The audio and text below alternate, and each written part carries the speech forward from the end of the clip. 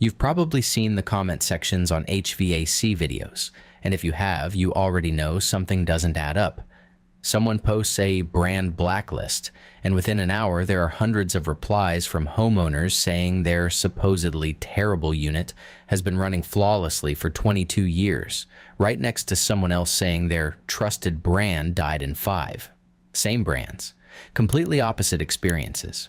So, what's actually going on? Here's what this video is about.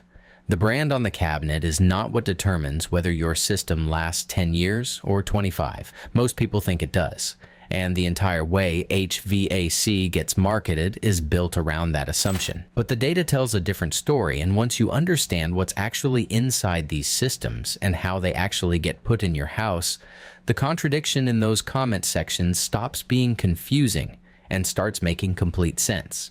I'm not here to hand you a new blacklist or tell you which logo to trust. What I'm going to do is show you the 2 things that actually drive HVAC longevity, give you the specific questions to ask before you sign anything, and explain why a mid-tier system installed correctly will almost always outlast a premium system installed poorly. By the end of this, you'll know more about what makes an HVAC system last than most people who sell them. So let's start with the thing that surprises people the most. Most major HVAC brands don't manufacture their own compressors. The compressor is the heart of the system. It's the component that pressurizes the refrigerant and does the actual work of moving heat out of your home. It's also the most expensive part to replace and the most common reason systems fail early. And for most of the brands you've heard of, that part wasn't made by them. Trane, for example, has sourced scroll compressors from outside suppliers, including Copeland and LG, for years. The Trane name is on the cabinet, but the compressor inside came from somewhere else entirely. This is not unusual. It's actually standard practice across the industry. Carrier, Lennox, Rheem, they all pull components from a relatively small pool of compressor manufacturers.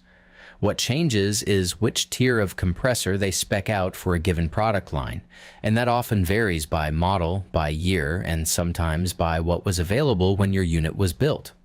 This is why the comment section looks the way it does. 2 people can buy the same brand in different years and get completely different compressors inside. One runs for 25 years, one fails at 7. Neither person is lying. They just got different hardware under the same badge. But here's where it gets more interesting, because the compressor is only half the equation. The second factor is installation quality, and this is the one that almost nobody talks about when they're comparing brands online. According to data from the Air Conditioning Contractors of America, the ACCA, poor installation can reduce a system's real-world efficiency by 30% or more. Think about what that means practically. A system rated for a certain efficiency level, running 30% below that because of how it was put in, is working harder every single cycle to do the same job.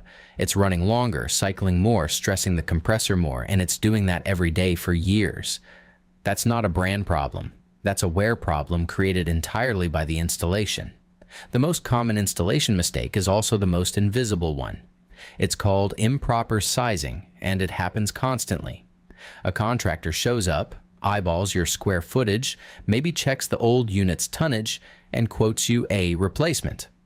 What they should be doing is something called a manual J-load calculation, a real engineering calculation that accounts for your home's square footage, ceiling height, insulation values, window orientation, local climate data, and a dozen other variables. It's not a 15-minute job. It takes time and actual measurements, and a lot of contractors skip it because they've been doing this long enough that they think they already know the answer. The problem is oversized systems short cycle. They cool the space so fast that they shut off before they've run long enough to remove humidity from the air, which leaves your house feeling clammy even when the temperature is technically right. Then the system kicks back on, runs for a few minutes, shuts off again. On and off, all day. Every one of those startup cycles puts mechanical stress on the compressor. Compressors are designed to run in sustained cycles, not to constantly restart. Short cycling doesn't just make your home uncomfortable, it physically degrades the most expensive component in the system, often years ahead of schedule. And undersized systems have the opposite problem. They run almost continuously trying to keep up, which also destroys compressors, just through a different mechanism. There's a reason ACCA developed the Manual J standard. The math exists because guessing doesn't work, and the industry has known this for decades. So when someone online says their bad brand unit has been running since 2001, there's a real explanation for that. They probably got a decent compressor from a reliable supplier in that production run, and they probably had a contractor who sized the system correctly and installed it with care. Those two things together, good compressor, good installation, will carry almost any system for 20+ years, regardless of what name is on the outside. And the person with the trusted brand that failed in 5 years? Decent odds they got a unit that was oversized for their home, installed without a proper load calculation, maybe with refrigerant charge that was slightly off, or a duct system that wasn't matched to the new equipment. The brand didn't fail them. The process failed them. That's the real story the comment sections are telling, and nobody in those threads is connecting those dots because the conversation always stays focused on the logo. Now, this doesn't mean compressor sourcing is impossible to find out about. It's actually something you can ask about directly. Before you agree to any installation, ask the contractor what compressor brand is actually inside the unit they're recommending. A knowledgeable contractor will know or will be able to find out. If they look at you blankly, that's information. The compressor manufacturer matters more than the cabinet brand, and anyone selling you a system should be able to tell you what's powering it. The second question you need to ask is whether they're going to do a Manual J calculation before they size the system. Not, do you know how to size a system? Specifically, whether they're going to run the calculation for your house.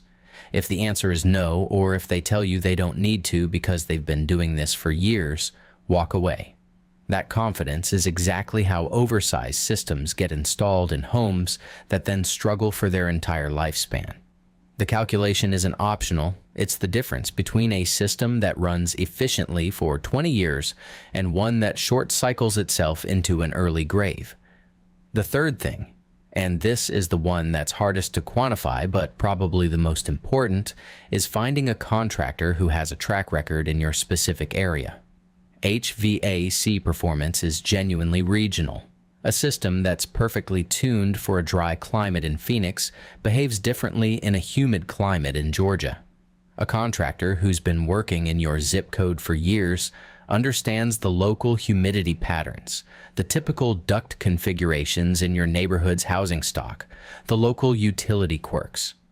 That local knowledge shows up in how they size systems, how they set refrigerant charge, and how they handle the details that don't show up in any spec sheet. The way you find that contractor isn't by asking which brands they carry. It's by asking how they determine system size, whether they pull permits, whether they do commissioning after installation to verify the system is actually performing to spec, and whether they can give you references from jobs they did 5 or more years ago. A contractor who's confident in their work will have customers who are still happy years later. That's the track record that matters. Here's the summary, and it's simpler than the HVAC industry wants it to be. The brand debate online is mostly noise because it's focused on the wrong variable. What's actually inside the cabinet, specifically the compressor and who made it, matters more than the name on the outside.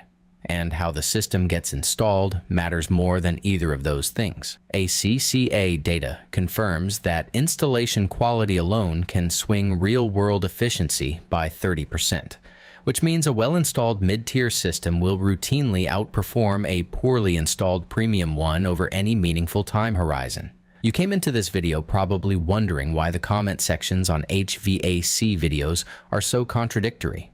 Now you know it's not random. It's the same two variables playing out across thousands of different homes, compressor quality and installation quality, and neither one has anything to do with which logo is on the cabinet. Stop shopping for a brand. Start shopping for a compressor source and a contractor who does the math. Ask what's inside the unit. Demand the Manual J. Find someone with a verifiable local track record. Do those 3 things and you've already made a better decision than most homeowners ever get the chance to make.